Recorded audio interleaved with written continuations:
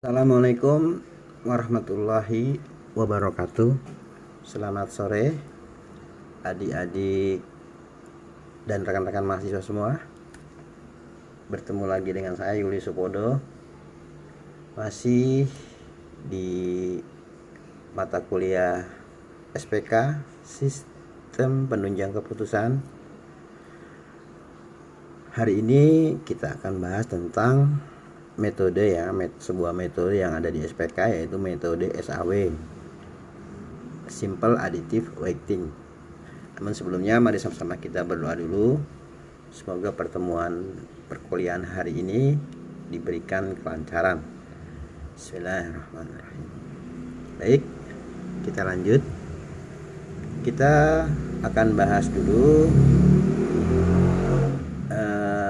definisi atau pengertian daripada metode SAW tersebut.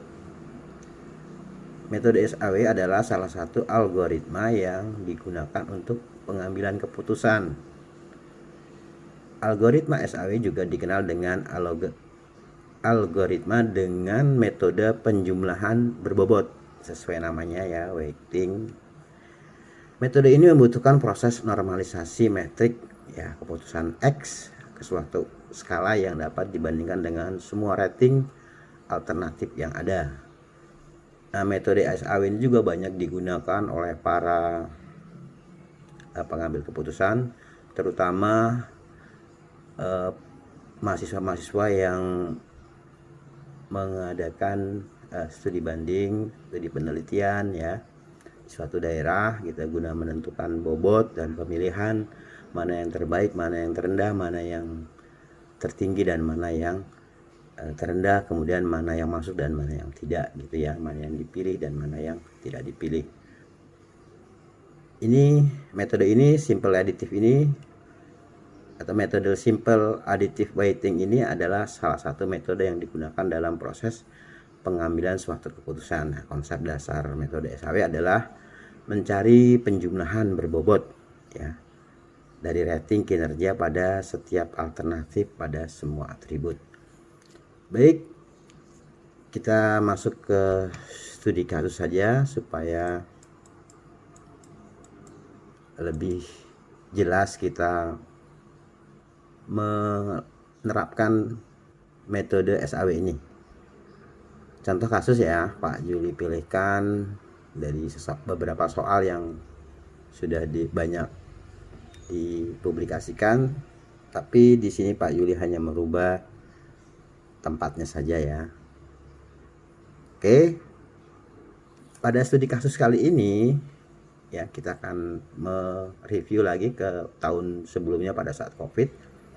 Ada penyebaran ya yang masih belum ada tanda-tanda penurunan pada saat itu di beberapa berita pada saat akhir di pertengahan tahun 2020 itu ya, di berbagai daerah, misalnya di daerah Jakarta dan daerah sekitarnya, kemudian di Provinsi Yogyakarta, Jawa Tengah sudah menerapkan beberapa peraturan PSBB ya, pembatasan sosial berskala besar dengan tujuan untuk memutus mata rantai virus COVID-19.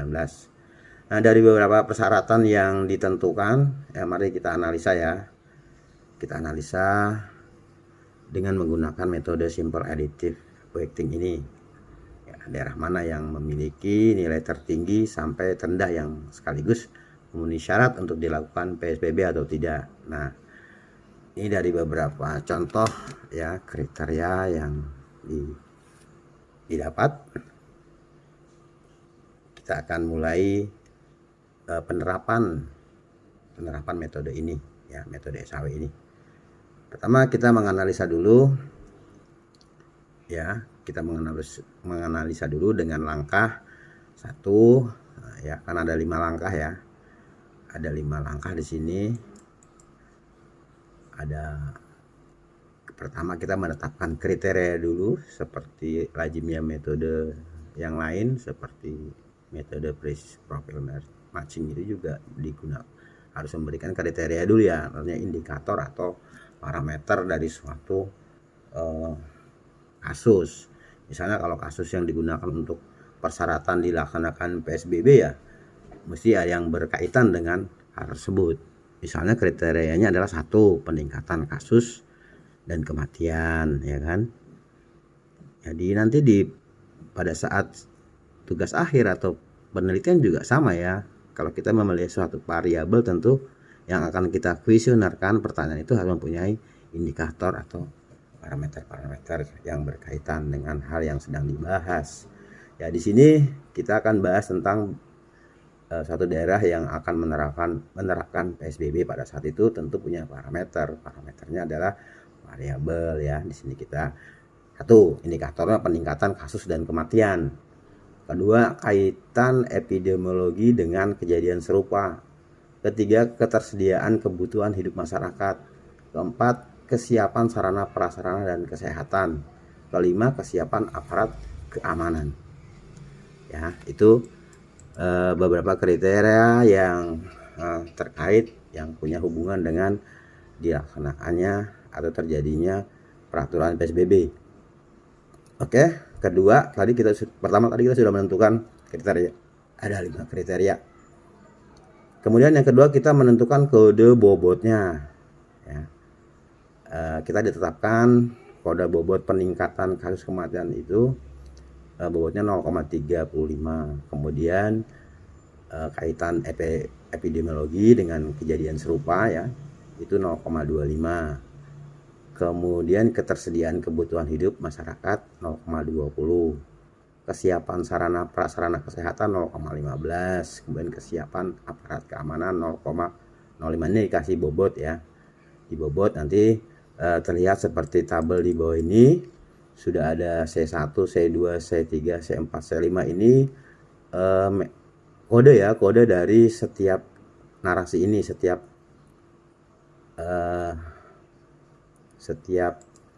parameter ini ya. Ini digunakan C1 supaya nanti pada saat bikin kolom, bikin tabel gitu tidak kepanjangan. Jadi cukup diwakilkan dengan C1 adalah peningkatan kasus dan kematian seperti itu seterusnya sampai dengan C5.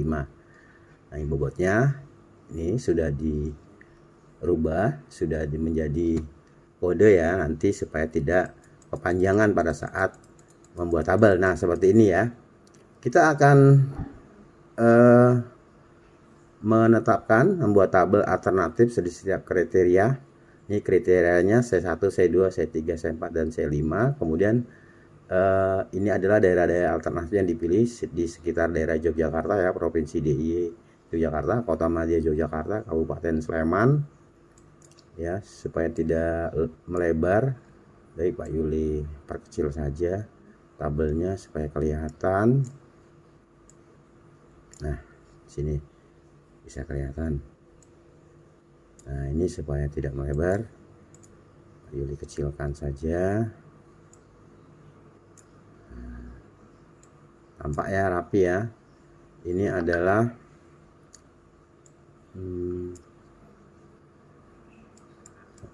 tabel alternatif di setiap kriteria. Ini di sini sudah. Nah, ini setelah dilakukan kuesioner gitu, dilakukan penelitian, ternyata dari 5 kriteria tadi yang sudah diwakilkan C1, C2, C3, C4 dan C5 itu mendapat nilai-nilai tersebut di tabel ya.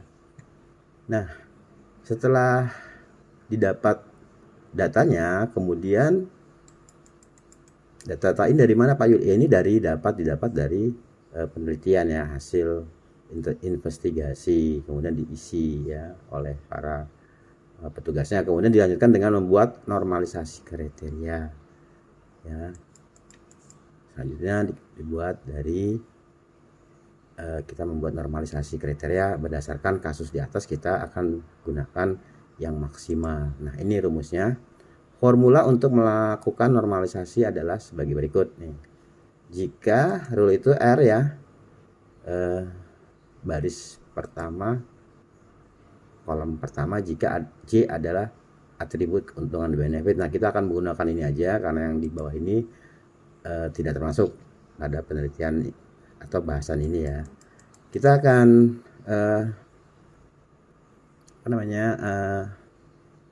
normalisasi dulu setiap kriteria tadi ya.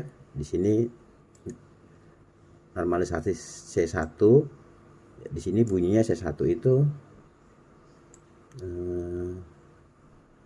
tadi C1 itu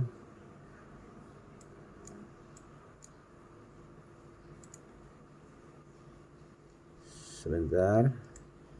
Nah, di sini ada bobotnya ya.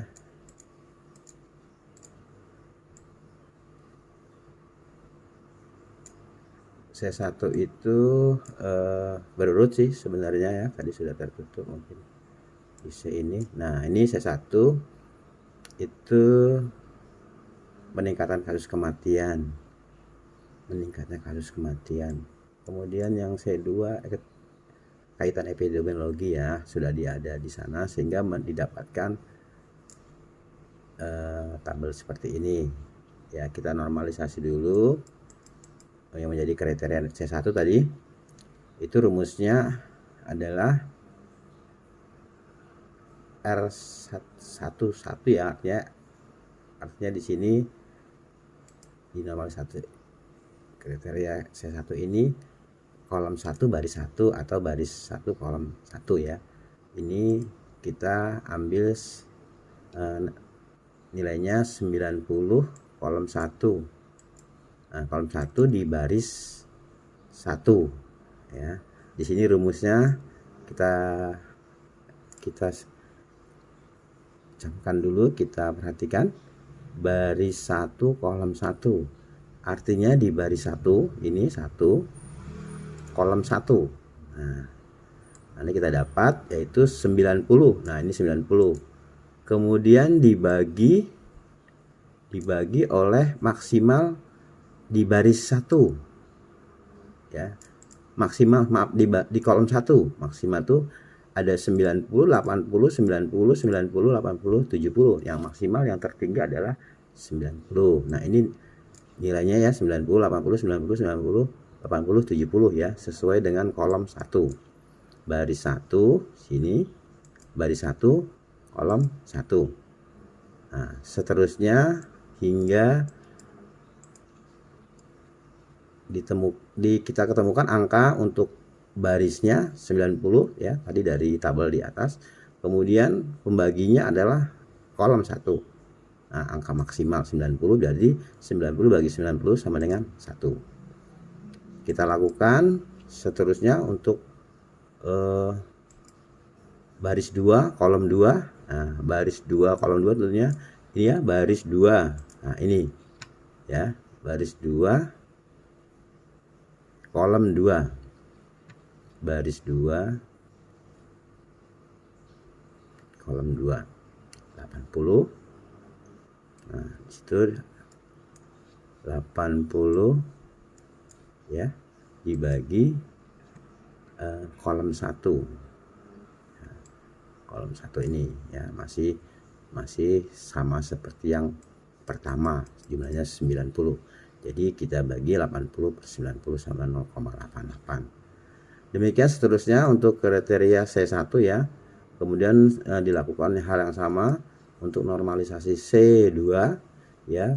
Di sini sama ya seperti normalisasi C1, baris 1 kolom 1. Ya, baris R1 12, ini bukan R12 ya, artinya baris 1 kolom 2. Nah, baris 1 kolom 2, barisnya ini ya, kolomnya 2 ini.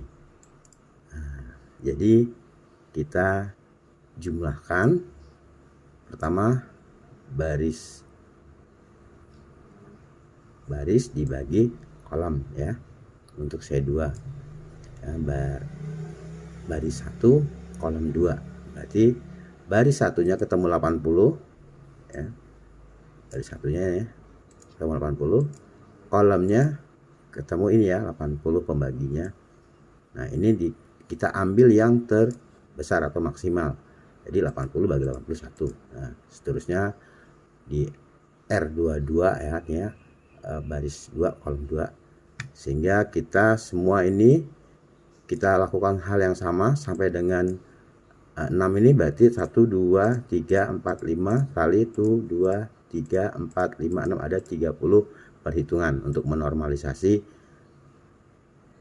C tadi ya, kriteria tadi ya. Nah, sehingga atau kita pindahkan di sini ya, sama, ini sama kalau kita pindahkan supaya tidak naik turun kursornya. Nah, ini hal yang sama Pak Yuli lakukan supaya tidak naik turun. Nah, ini sama hingga sampai C5. Nah, setelah dilakukan perhitungan hal yang serupa tadi ya, baru diulang gitu. Artinya jumlah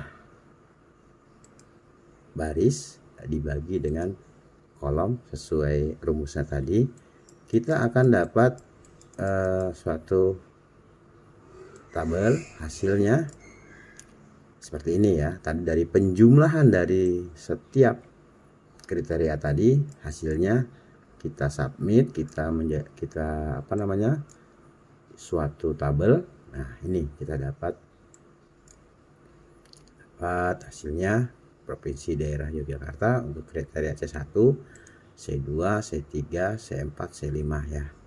Nah, ini hal yang sama dilakukan kepada lokasi-lokasi ini. Untuk kriteria itu didapatkan jumlah dari mana Pak? 100 dari mana Pak? 100 itu jumlahnya. Nah, bukan 100 ya, 1,00. Nah, ini Yogyakarta misalnya ya, kita dapat untuk C1. Nah, ini 1 dari sini ya. Kemudian 0,89 kita rekap di dalam tabel. Nah, ya. Untuk C1, C2 100, nah ini semua diurutkan ya. C2 hasilnya 89 1. Nah, diurut, ditempatkan di C2 ya.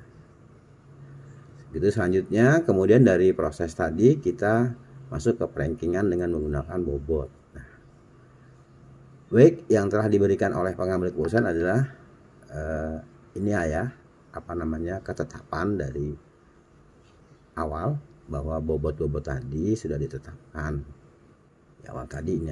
Adalah ini ya, ini sama, bobotnya sudah ditetapkan bahwa setiap kriteria itu ada bobotnya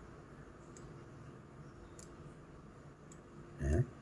Kembali kita ke bobot yang telah ditetapkan, sehingga dari sini kita tetapkan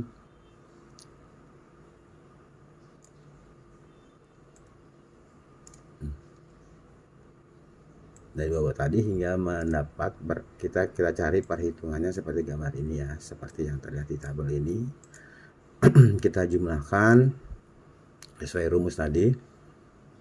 Untuk variabel kita anggaplah tadi variabelnya ya, variabel tadi itu kriterianya ya, kriteria 1 untuk Provinsi Daerah Yogyakarta dulu 0,35. ini tadi bobotnya ya, dikalikan hasil dari ini ya, tabel di sini ya, 0,25 kali misalnya dari Yogyakarta untuk kriteria C1 yaitu ini 0,35 kali ini hasil tabel di sini 1.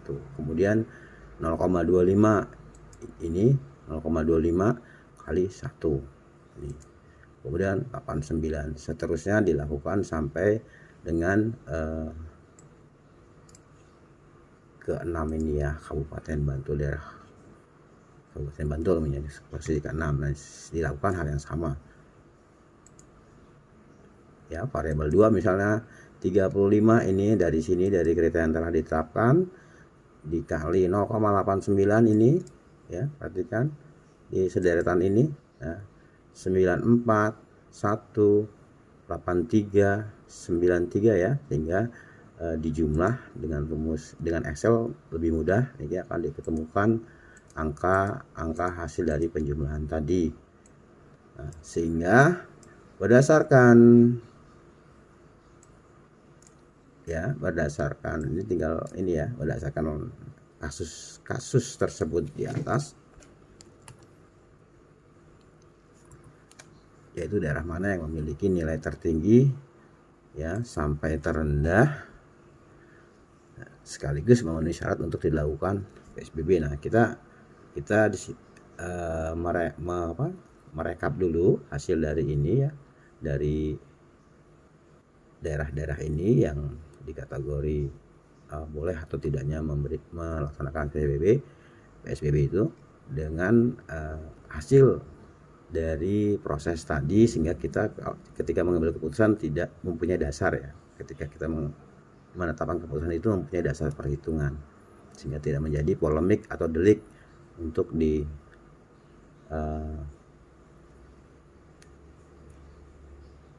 katakan kalau ada yang protes, ada yang